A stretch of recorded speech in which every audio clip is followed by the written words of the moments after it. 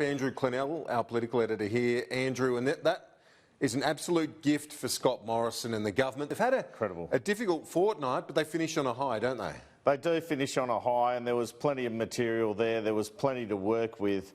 I mean, what we can tell you this afternoon is that this Otis Group is real and a real problem for Anthony Albanese. It began, funnily enough, not at the Otis restaurant in Kingston, but at a place called Kokomo's on the first Sunday before the first sitting week, a week and a half ago, the day Bridget McKenzie was resigning. So they're calling it the Otis Group, but it should be the Kokomo's Group. That's the first or the Beach Boys and Girls, I don't know. But, I mean, essentially they met there. It's been put to me, some didn't know that Joel Fitzgibbon, who's the leader of this unofficial group, was going to do this. But they get there and then he says, we've thought about it, and so he invites a whole number of right-wing MPs who he thinks might be sympathetic, says we've thought about it and we need to do more on coal and we're going to call it the Otis Group. So that's what's happened.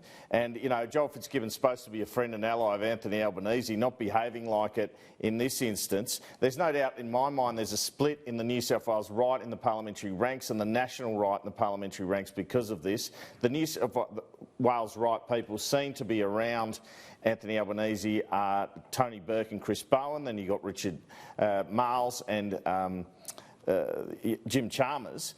But you seem to have Joel Fitzgibbon, Don Farrell, and they're trying to corral others, Kimberley Kitching. Now, one Labor MP said of the reason for setting up the group, this is a pretty damaging quote in terms of their view of Albanese's take of the world. They said to me, "Do you think people in the central Queensland seat of Capricornia are running around saying are we going to do something about climate change?" So they're saying, how are we going to win these seats in central Queensland and Queensland generally, apart from maybe inner Brisbane, if Albanese keeps going the way he is on coal and on climate change? So another Labor MP who was kind of attacking the dinner said to me, people were invited to dinner.